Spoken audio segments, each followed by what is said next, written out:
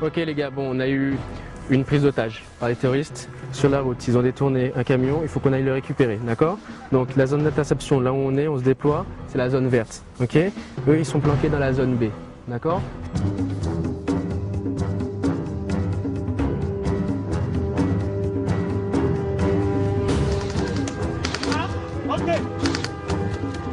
Ce scénario, plus vrai que nature, n'est que pure fiction.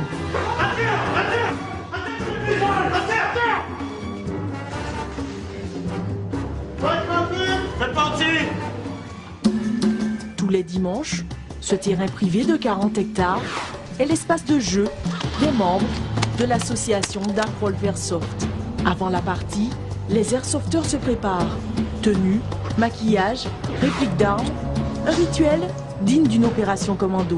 À la base, c'est japonais. Ça a été créé après la Seconde Guerre mondiale. Le Japon n'avait pas le droit d'avoir d'armes sur son sol, donc il fallait bien entraîner les mecs. Ben, au départ, c'était avec des répliques à air comprimé. Ce qui a donné ensuite des répliques, on va dire, d'exposition pour les collectionneurs. Et de fil en aiguille, ben, finalement, pourquoi on ne pourrait pas jouer avec.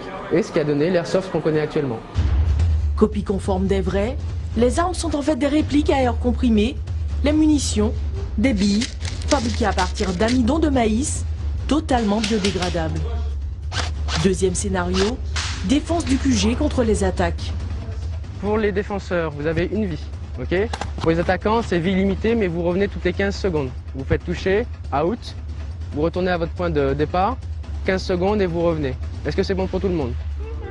On n'y pas, Linette, c'est jusqu'à la fin de la partie. Les règles sont propres à l'association.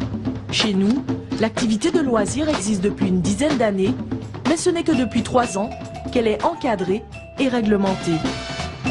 Les parties sont ouvertes à un public majeur au tarif de 20 €. Pourquoi c'est interdit au moins de 18 ans l'airsoft? C'est dû à l'aspect réel des répliques, les marquages, les cotes, etc.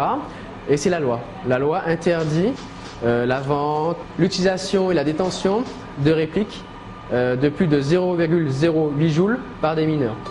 Autre condition, présenter un extrait de casier judiciaire. L'esprit de fair play est le maître mot de l'airsoft. Une fois touché, c'est le joueur lui-même qui se déclare apte.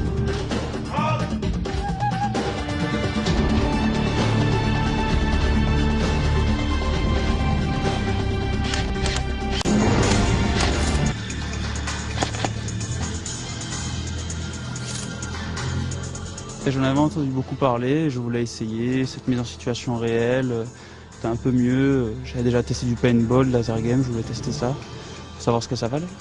Et tes impressions après ces 2 parties? Ben, c'est sympa, on est bien mis dans l'ambiance, on a des scénarios, les armes sont sympas, ça tire bien, ça fait pas trop mal, bon il faut se protéger, mais c'est fun.